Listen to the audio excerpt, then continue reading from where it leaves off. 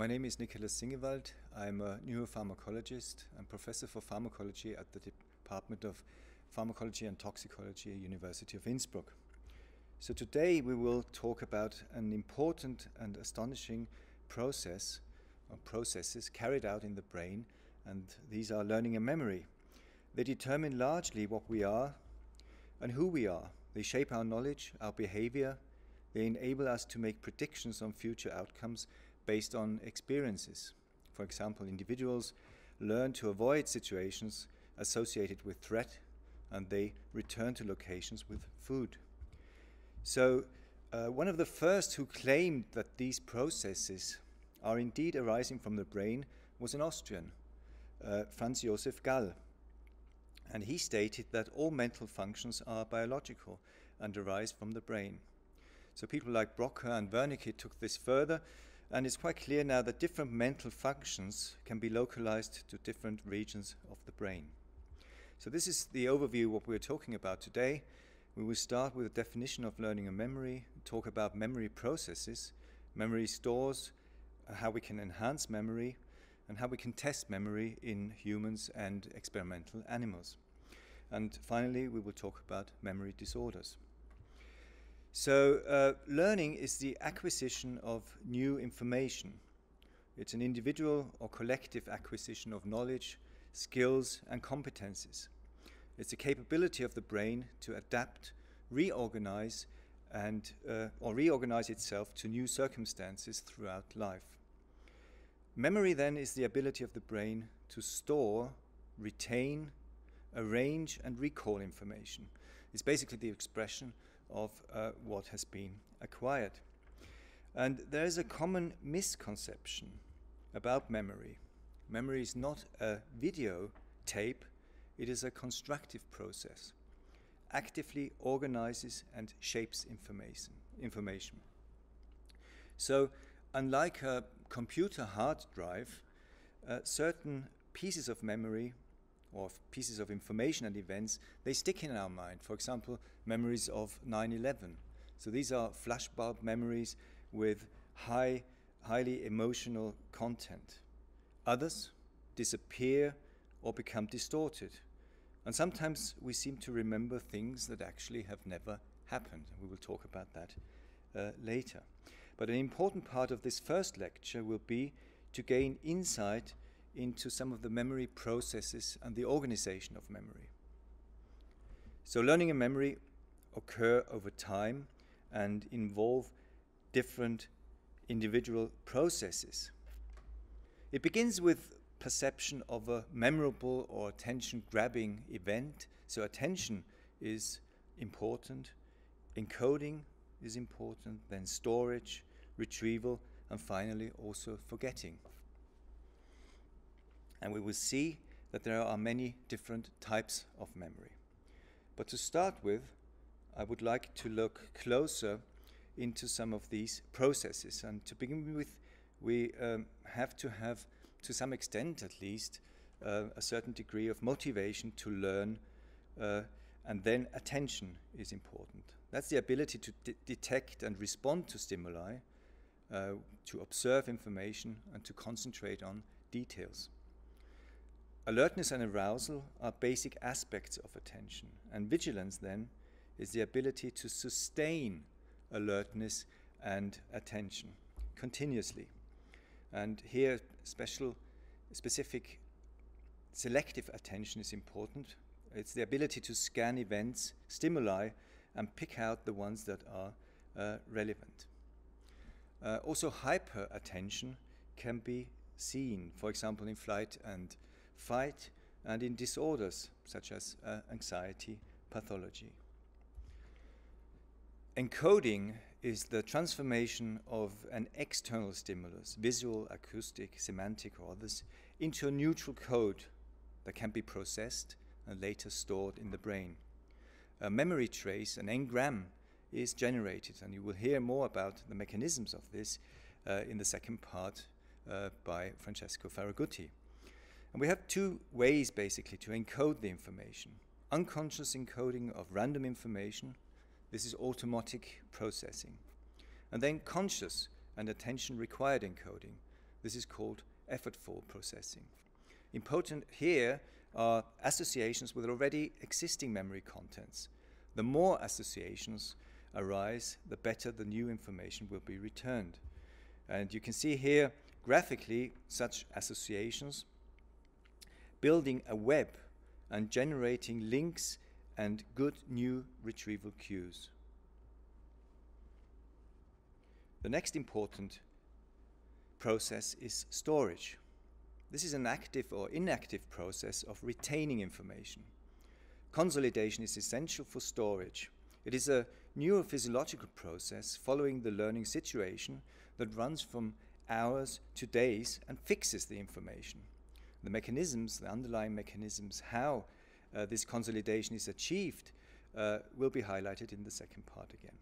So non-consolidated memory contents are especially prone to forgetting. And we will see consolidation deficits, for example, anterograde amnesia, at the end of the lecture. So we have various models of memory storage.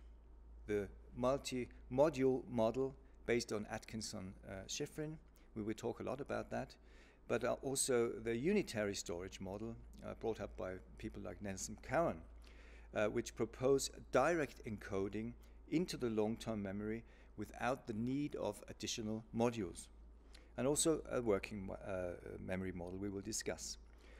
So it is quite clear now that memory is not stored throughout the brain, it is stored in specific systems, and we will talk also about that later on. So how can we get access to stored information? Retrieval is the ability of the brain to locate and use information. The availability depends on how the information was encoded and queued. So think of a library book. You have to find out of thousands of books. This only works because due to clever labeling systems, you know exactly where to look for, and you will find it. But imagine if the book exists but is placed on the wrong place, you will not be able to find it. So the same happens in the brain. Recall stimuli, cue stimuli, keywords, context is important. And inactive memory traces must be reactivated in the short-term memory. We will see this later. It's quite clear now that we store much more information that we can recall in certain situations. So one example for such a failure is the typical tip of tongue phenomenon you might have encountered as well, where the name you are, for example, searching for is somehow hidden in your brain, and the more you are stressed by this failure, the less it is likely that you will succeed recall it in this very moment. A while afterwards, or even much later, the retrieval is then quite easily possible. This is tip of tongue phenomenon. So one important, more recent finding is that memory is altered by the reactivation.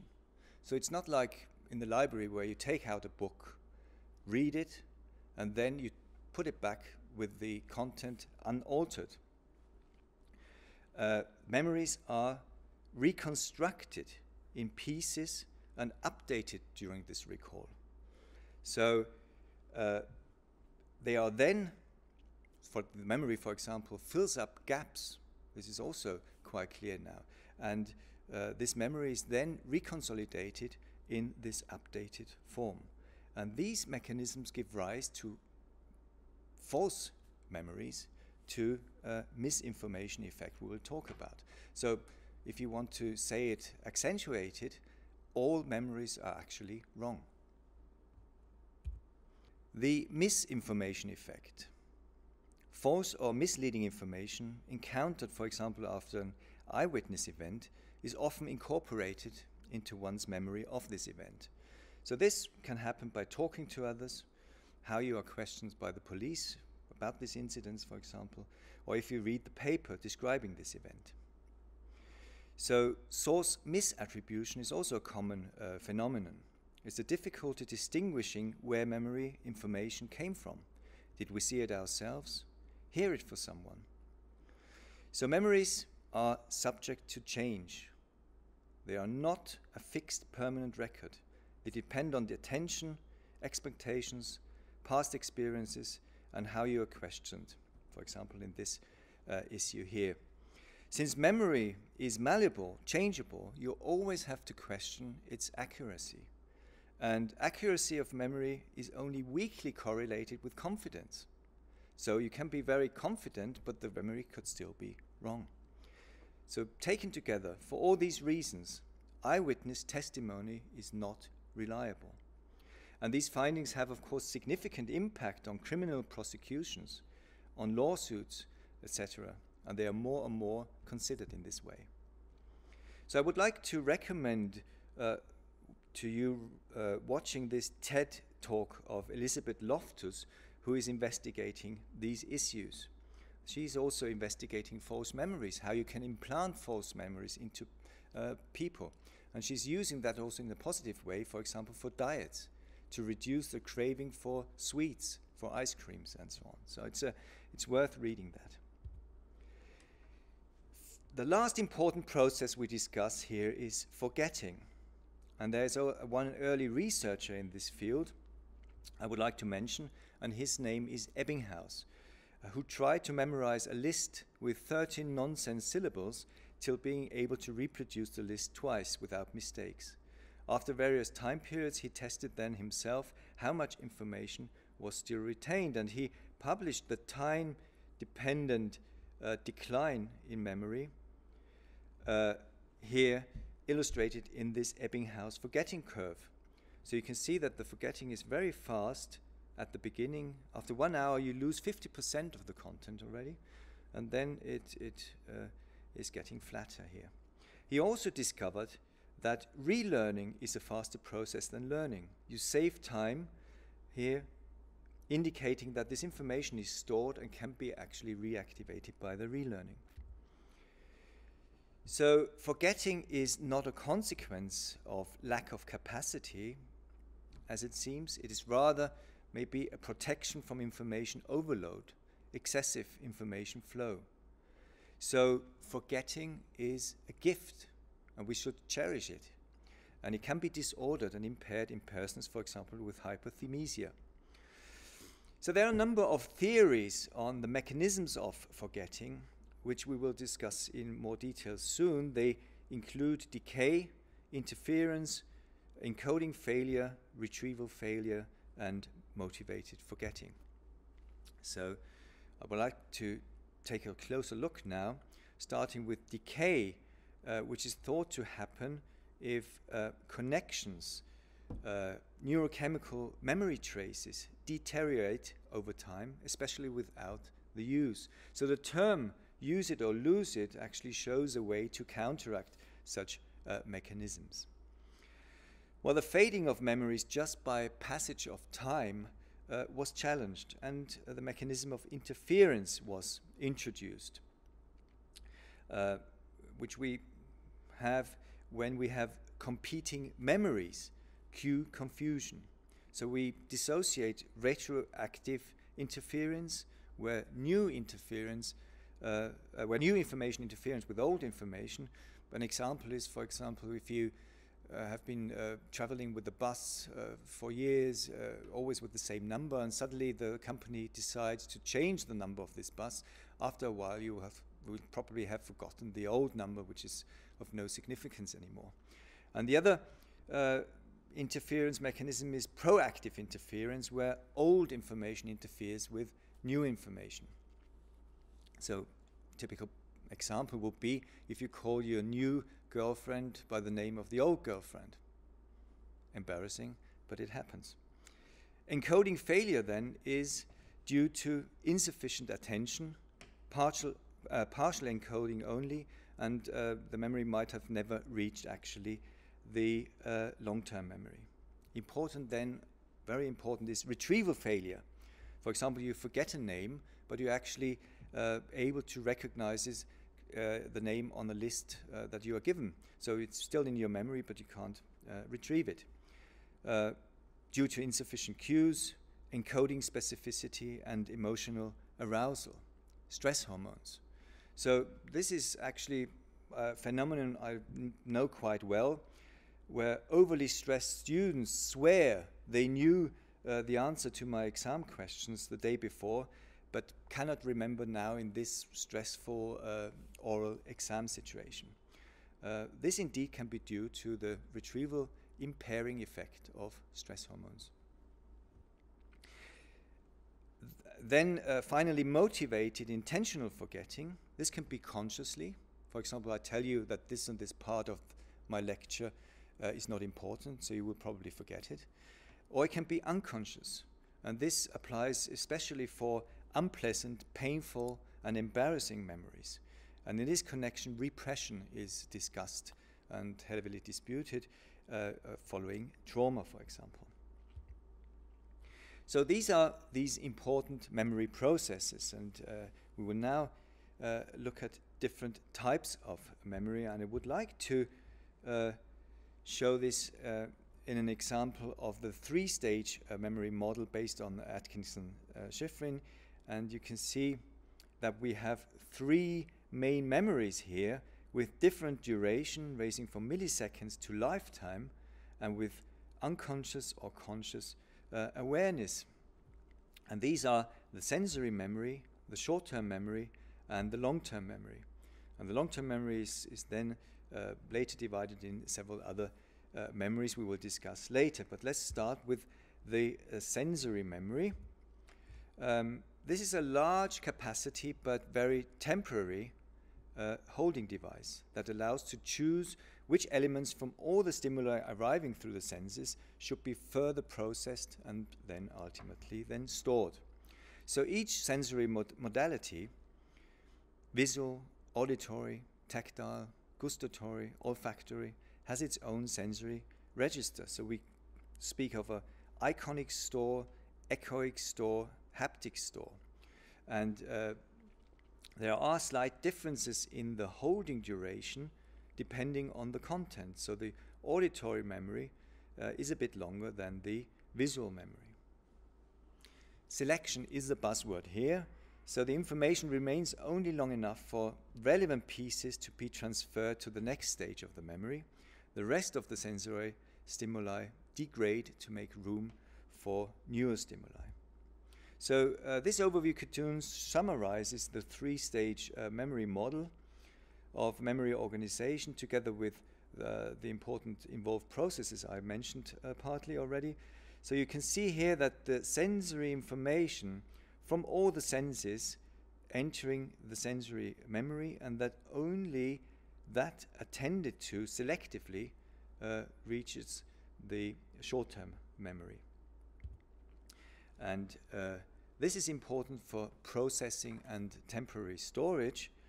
It organizes and sends information to the long-term memory, and it can act as a working memory, and it retrieves and uses memory from the long-term memory for this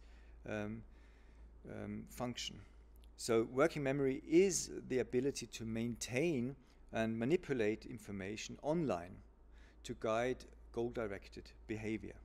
I haven't got time to go into details, but just want to mention that there are different concepts of working memory that actually emphasize a wider role, including also reasoning and comprehension. And for example, Badley and his colleagues proposed three types of short-term systems: the phonological loop, the episodic buffer, and the visual spatial sketchpad. So the concept states that information gets transferred and copied into a separate dedicated system, for example words, into a phonological short-term memory storage, which may then be acted on by the executive system and can get information from the long-term memory. So the capacity and duration of short-term memory is limited. Without attention and rehearsal, information is lost rapidly from this store. So we can use maintenance rehearsal to extend the duration. This is just a mechanical or rote repetition of information. It does not connect information to past learning and is therefore a poor way to put information into permanent storage. For that you would need elaborative rehearsal, which we will discuss then later on. But you can also use chunking to extend the capacity. So let me give you a practical example to explain that. How can you remember a phone number if you have nothing to write it down? So by constant repetition, for example. We have heard that the phonological loop lasts only 2 to 4 seconds. You have to do that over and over again, constantly. Or you can do chunking. And Ebbinghaus and Miller later on found that the short-term memory can hold 7 ± 2 information units. The size of the unit is not defined. One chunk can contain single numeral as well as multi-digit numbers. And the capacity of the short-term memory will be increased by combining the chunks. So look at this 10-digit number. It's probably quite difficult to keep in mind. But if we chunk it and look at it in another way, you can see that it's probably much easier to keep in mind. So the individual chunks even might ring a bell. For example, 1492 should actually ring a bell. It's the discovery of America. So in this way, it's of course much easier to remember. So repetition and chunking. So as you can see here, elaborative rehearsal leads to the transfer from short-term memory to long-term memory. And this is not only repeating, but relating new information to information you already know. For example, using knowledge you have from geography to learn subjects in history, for example, and so on. So before we discuss detailed aspects of long-term memory, I would like to show you some examples of outstanding memories, some of them associated with the savant syndrome. The savant syndrome. So there are quite some examples in the internet, and you can search for them, giving these names here.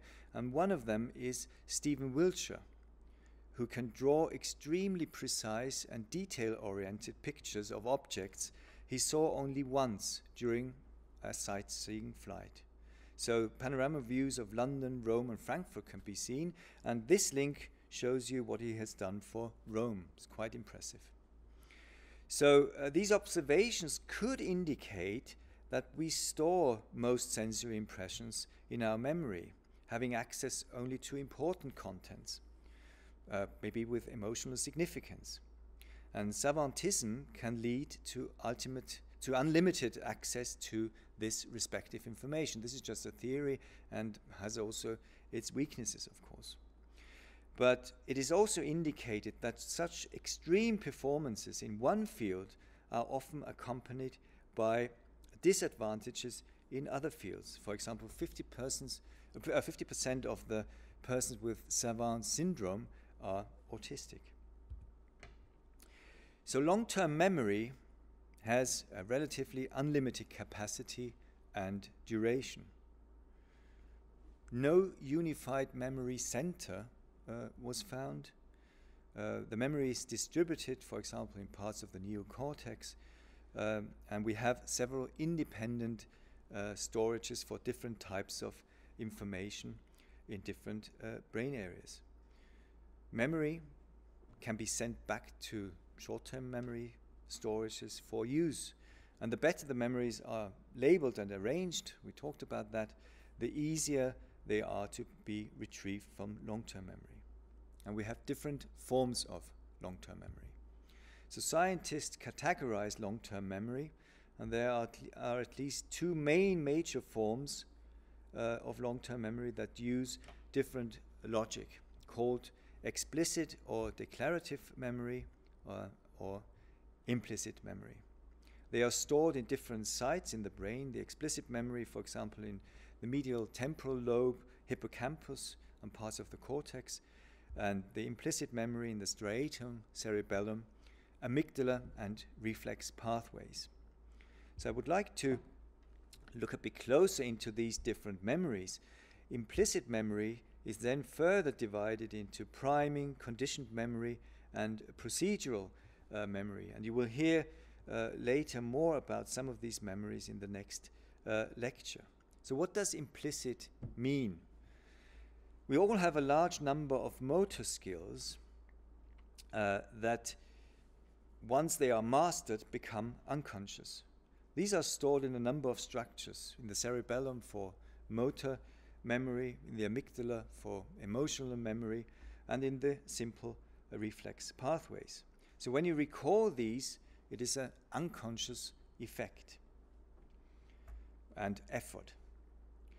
Let me give you an example for the procedural memory. When you learn to ride a bike or drive a car, for example, you learn to coordinate left and right legs, foots, with clutch, brake and accelerator. In the same time, you learn to shift gear, to steer. So you don't have to think about this anymore. It's unconscious, and it would be much too slow if it would be conscious. So the declarative memories then, explicit memory, is actually usually what people think is memory. It requires conscious recall and is a memory for facts and events. So facts like politics, history, cooking recipes, professional skills, and events like your high school graduation or birth of your child. So how can we improve memory? We have already heard a lot, and I'm just summing up here and will try to bring into context with some additional information. Some general issues are important. I can just name a few. Sleep. There's a significant relationship between sleep and consolidation. And exercise is very important, and just recently a study has shown that appropriately timed physical exercise can indeed improve long-term memory. The organization is important. So similar to chunking in short-term memory, go from general to specific, reduce information, eliminate distractions, and study in short sessions. Visualize information, very important. And you can use for that also mnemonic devices such as outlines, acronyms. So what is an acronym? The first letters from a series of words you want to remember form a word. So a very simple example is CD-ROM, which is short for compact disc and read-only memory. So each letter then is a cue that helps you to retrieve the respective word of this list you're searching for. So rehearsal is of course important. The repetition works to maintain in short-term memory, we heard that, but to get it in long-term memory we need elaborative rehearsal for deeper processing. So the focus here is on understanding rather on memorizing. Effective retrieval. How can this be done? So specific cues are much more important than general cues, where you would have to search all possible matches in the brain in the long-term memory. Encoding specificity needs to be taken into account. A matching context is or acts as a retrieval cue. Let me give you an example. You are in your flat, you have the idea to get something from another room. You start walking and you forget. And you can't recall. So you have to go back to the context where you actually had the idea, and then you will see you can recall easier. So this context dependence is one of the reasons why it makes no sense for you as students to learn new information in a noisy room, for example, by listening to a radio, if the knowledge then will be tested in a quiet room, in a silent room. Mood congruence is also important. So the mood during learning should match that during retrieval. So it's a good idea to probably learn in a neutral or possibly in a good mood. And you might have experienced consequences of mood congruence. When you are sad, you tend to remember also other sad circumstances. And therefore, it's quite difficult sometimes to get out of this loop. State-dependent retrieval. So you better recall if the same drug, for example nicotine, is on board when you retrieve, and it was the same drug that you have been taken during encoding. And this is probably also quite difficult to persuade people to let you smoke in an exam situation if you have smoked when you learned the issue. So some people try to enhance memory pharmacologically. Is that possible? I can only be very superficial here, unfortunately, because it's in the center of my own research, because of time reasons. There are a number of stimulants in use. Caffeine is clear, but also a number of drugs only available on prescription: amphetamine, methylphenidate, modafinil. And there are some limited effects on memory, but what these drugs do, clearly they enhance alertness and attention. In the case of caffeine, these effects are rather short-lived and tolerance builds up. But these memory effects are quite limited. So if we summarize, stimulants show some clear effects to combat enhanced fatigue. They are sort of suitable for repetitive, monotonous tests to some extent, but the tests with better results on memory are not always replicated, and sometimes you find actually worse outcome in other tests. There are also a number of other drugs that are used for this purpose, or try to be used. For example, acetylcholine esterase inhibitors. They are approved to treat Alzheimer's disease, and they show in some studies limited effects on certain aspects of the memory in healthy individuals, but all in all not convincing. And there are a high number actually, of food supplements and other nootropics on the market, containing choline boosters, vitamin B12 and other ingredients. But all in all, also here, there's no convincing evidence in good, high quality studies. So we could sum up saying that there's currently no drug with significant efficacy. At least no drug I would take, apart from caffeine, of course. And there's no drug like that described in the film Limitless from 2011, for example, which, by the way, had a number of severe side effects. Saying that, there's still a shortage on studies in healthy, non-demented volunteers, and there might be effects on genetics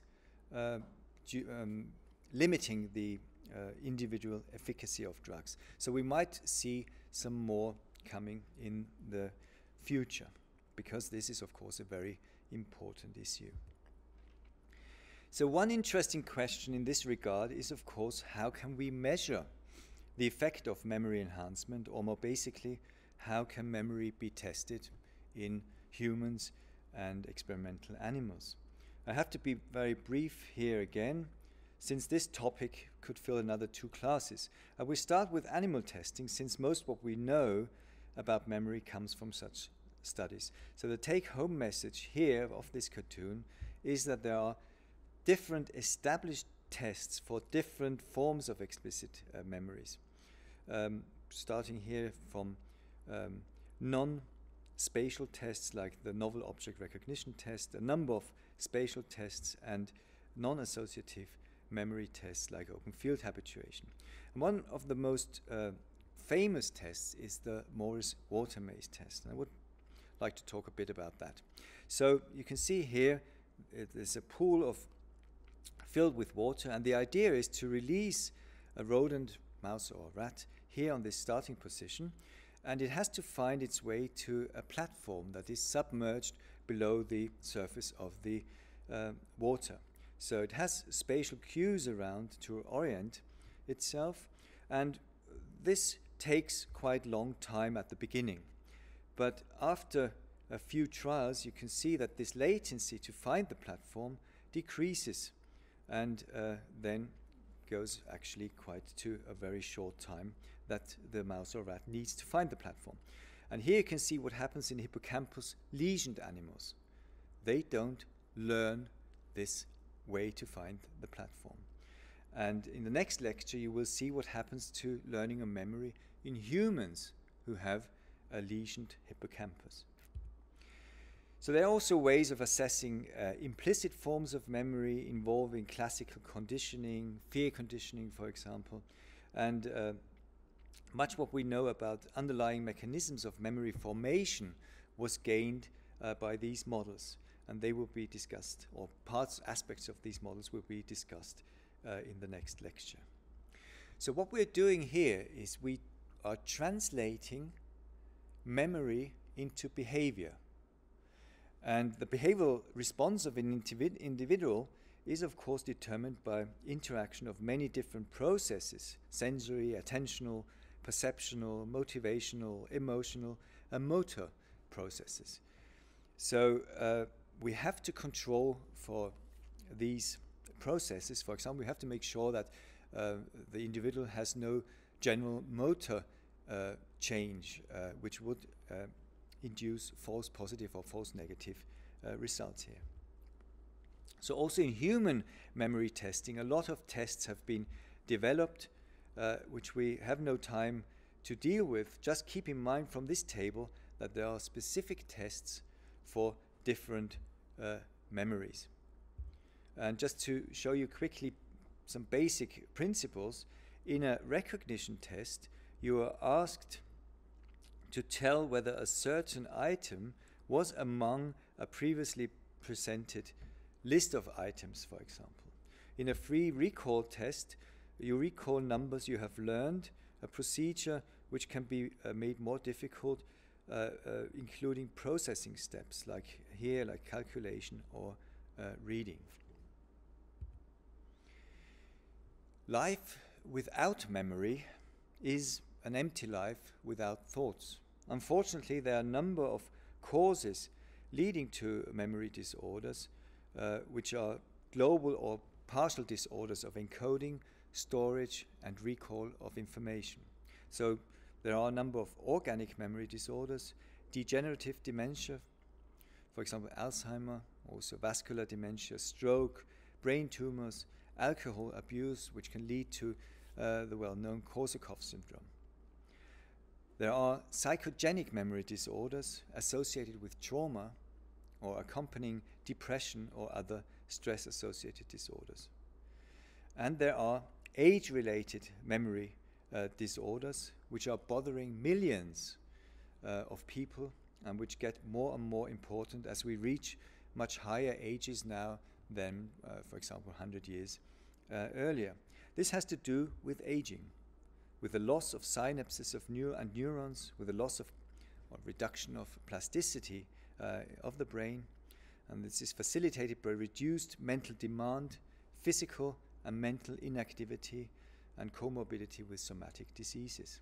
So we urgently have to better understand the mechanisms, the underlying mechanisms, and find cures and even better preventive strategies. So we know that physical and mental activity, exercise, lower the risk for developing age-related memory disorders, but there's much more to do. So I would like to spend the last two slides discussing amnesia. So this is the loss of memory, and we dissociate different forms of amnesia: anterograde amnesia, which is the inability to store new information long-term.